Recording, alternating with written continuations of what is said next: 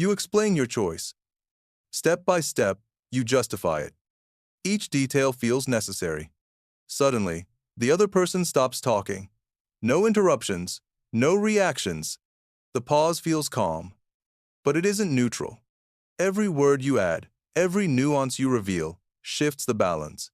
You've handed over influence without noticing. Even when intentions are honest, the dynamic tilts. The more you clarify, the less room remains to maintain your position. In families, it happens when a parent listens while you justify a decision, nodding but saying nothing. You leave the explanation fully exposed. In relationships, it's a partner letting your words fold into guilt without adding anything. The exchange appears respectful, almost considerate. Yet each sentence you add, each explanation you give, builds pressure. Every detail shared hands over a bit of control. Over time, this pattern reinforces itself. People learn where influence can be applied. This is the pattern we'll examine: how subtle leverage forms, and how to respond without retreating, reacting emotionally, or escalating the conflict. Understanding it is the first step to maintaining steadiness in both family and intimate dynamics. When someone pushes, most people push back. But there's another option: reflection. A relative questions your choices. So this is what you've decided? Instead of defending, you say, what about it concerns you? You haven't argued. You haven't submitted. You've handed the pressure back. Reflection breaks the loop because now they have to explain. The dynamic shifts from reactive to observational, forcing clarity instead of surrender. In close relationships, pressure often arrives as emotion. A sigh, a tone, a, wow, okay.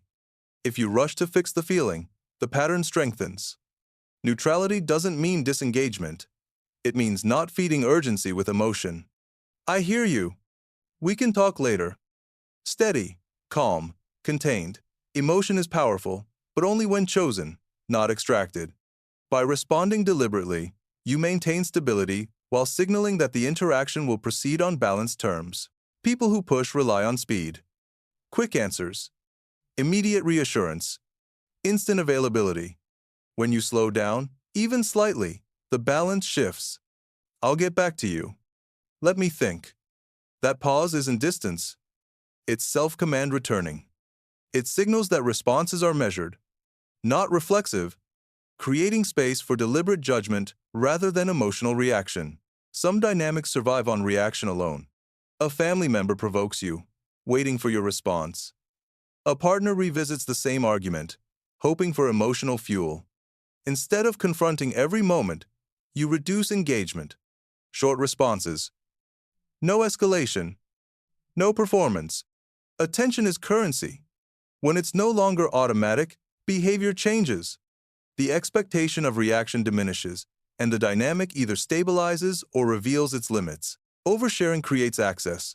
When people know every plan, fear, or doubt, they know where to press. Healthy boundaries sound simple. I'm still deciding. It depends. I'm not ready to talk about that. You're not hiding, you're pacing. Information is managed, not surrendered. Over time, this reduces leverage without closing communication entirely. The most stabilizing shift isn't threat. It's quiet independence, not proving, not persuading, not clinging. In families, it's no longer chasing approval. In relationships, it's staying grounded even if someone pulls away.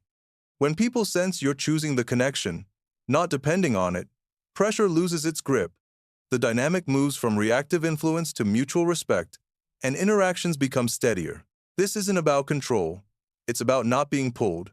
You don't become colder, you become clearer. Less reactive, more deliberate. And that shift alone changes how people treat you, without you ever raising your voice or escalating tension.